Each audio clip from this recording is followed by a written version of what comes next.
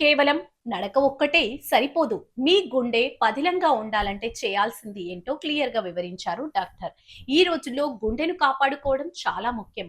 గుండె మానవ శరీరంలో ప్రధాన భాగం. గుండెని కాపాడుకుంటేనే మనం ఎక్కువ కాలం హాయిగా జీవించగలం. ఇక గుండె ఆరోగ్యానికి వాకింగ్ అనేది అత్యంత సులభమైన, ప్రభావవంతమైన మార్గం.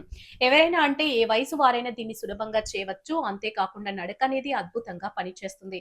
వారంలో ఎక్కువ రోజులు 30-45 నిమిషాల పాటు వేగంగా నడవడం వల్ల మీ రక్తపోటు తగ్గుతుంది.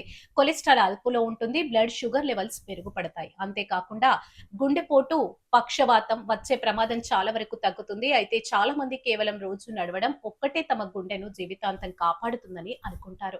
కానీ అది నిజం కాదు. కేవలం నడక వల్ల మాత్రమే గుండెకు పూర్తి రక్షణ దొరకదు. గుండె పదిలంగా ఉండాలంటే నడకతో పాటు పాటించాల్సిన ముఖ్యమైన విషయాలేంటో స్ట్రెంగ్త్ ట్రైనింగ్, కండరాల బలం కూడా అవసరం. 30 ఏళ్ల వయసు దాటిన తర్వాత మన శరీరంలో కండరాల సాంద్రత తగ్గడం ప్రారంభమవుతుంది.